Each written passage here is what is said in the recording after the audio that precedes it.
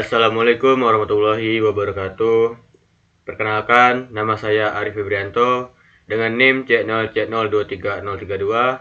Di sini saya akan mempresentasikan mata kuliah akuntansi perpajakan dengan judul materi Konsep Pengakuan Akuntansi Pajak tentang Investasi pada Entitas Anak dan Properti Investasi Lanjutan.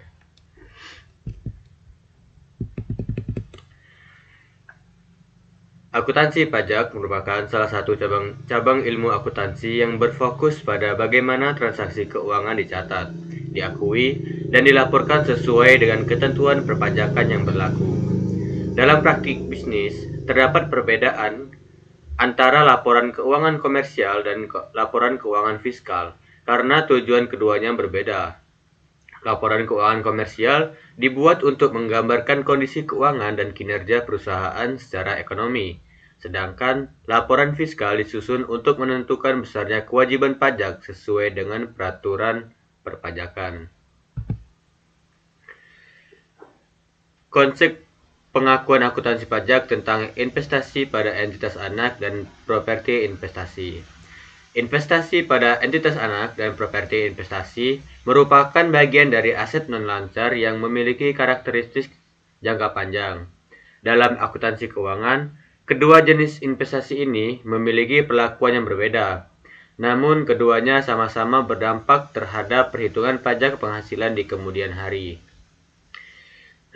Investasi pada entitas anak diakui ketika perusahaan induk menanamkan modal yang cukup untuk mengendalikan kebijakan keuangan dan operasional entitas lain, biasanya kepemilikan saham lebih dari 50%.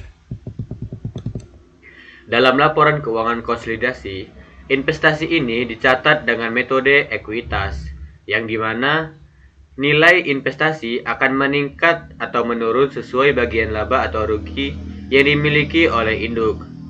Namun, dalam akuntansi pajak, penghasilan dari investasi tersebut baru diakui sebagai penghasilan kena pajak ketika terjadi realisasi, misalnya saat dividen diterima atau saham dijual.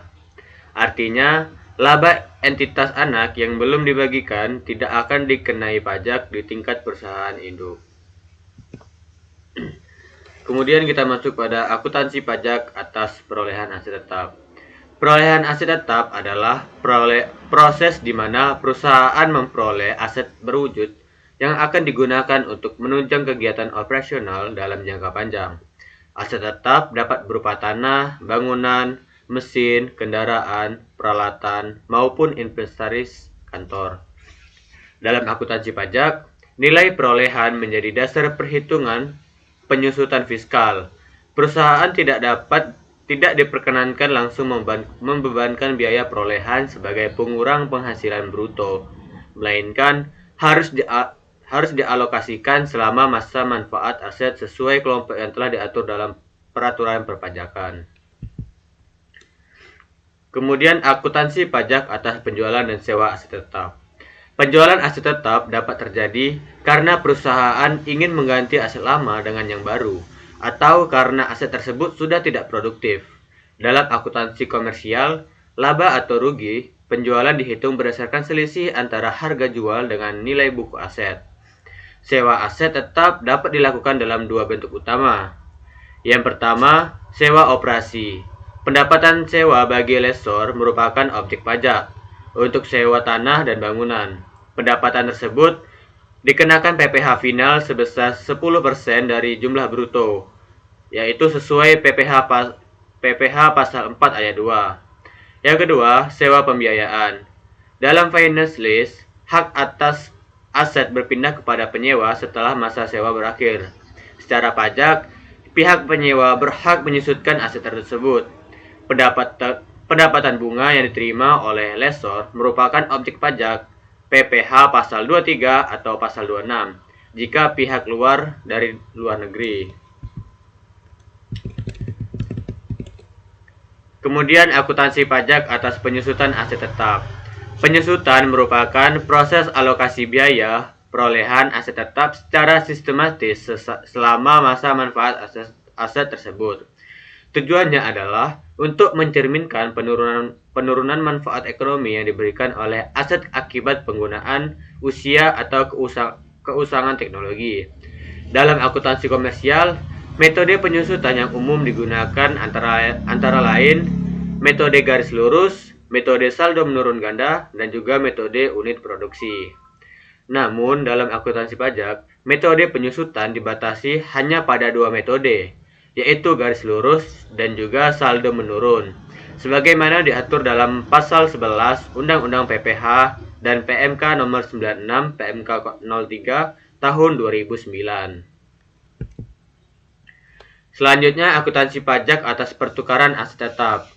Pertukaran aset tetap terjadi apabila dua pihak saling menukar aset dengan nilai ekonomi tertentu. Dalam akuntansi komersial, pertukaran diakui berdasarkan nilai wajar jika transaksi memiliki substansi komersial. Artinya, pertukaran mempengaruhi arus kas ke masa depan entitas. Jika tidak memiliki substansi komersial, nilai yang digunakan adalah nilai buku aset yang diserahkan. Selanjutnya, akuntansi pajak revaluasi aset tetap. Revaluasi aset tetap adalah proses penyesuaian nilai buku aset tetap untuk mencerminkan nilai pasar yang wajar pada suatu tanggal tertentu. Tujuan utama revaluasi adalah agar laporan keuangan menunjukkan nilai aset yang lebih realistis sesuai dengan kondisi ekonomi saat ini. Meskipun revaluasi dapat memberikan manfaat bagi perusahaan, keputusan untuk melakukannya perlu mempertimbangkan beberapa aspek. Yang pertama, aspek pajak. Revaluasi menimbulkan kewajiban membayar PPh final 10% yang dapat menjadi beban kas signifikan. Yang kedua, aspek keuangan. Nilai penyusutan di masa depan menjadi lebih besar sehingga dapat mengurangi laba bersih setiap tahun. Yang ketiga, aspek strategis. Revaluasi dapat meningkatkan citra keuangan perusahaan dan memperbesar kapasitas pinjaman, tetapi hanya efektif jika dilakukan secara profesional dan sesuai peraturan. Kesimpulannya, pengakuan akuntansi pajak terhadap investasi pada entitas anak dan properti investasi serta berbagai transaksi yang melibatkan aset tetap memiliki perbedaan signifikan dibandingkan dengan akuntansi komersial. Dalam sistem perpajakan Indonesia, sistem transaksi yang menimbulkan perubahan nilai ekonomi, baik berupa perolehan, penjualan, penyusutan, pertukaran, maupun revaluasi, memiliki konsekuensi fiskal yang diatur secara jelas dalam Undang-Undang Pajak Penghasilan UU PPH nomor 36 tahun 2008 dan Peraturan Menteri Keuangan PMK terkait. Pemahaman yang baik terhadap perbedaan pengakuan antara laporan keuangan komersial dan fiskal sangat penting agar perusahaan dapat melakukan rekonsiliasi fiskal secara benar, menghindari kesalahan perhitungan pajak, serta memastikan kepatuhan terhadap peraturan yang berlaku. Mungkin itu saja penjelasan materi dari saya. Apabila ada dari teman-teman yang ingin bertanya, dipersilahkan.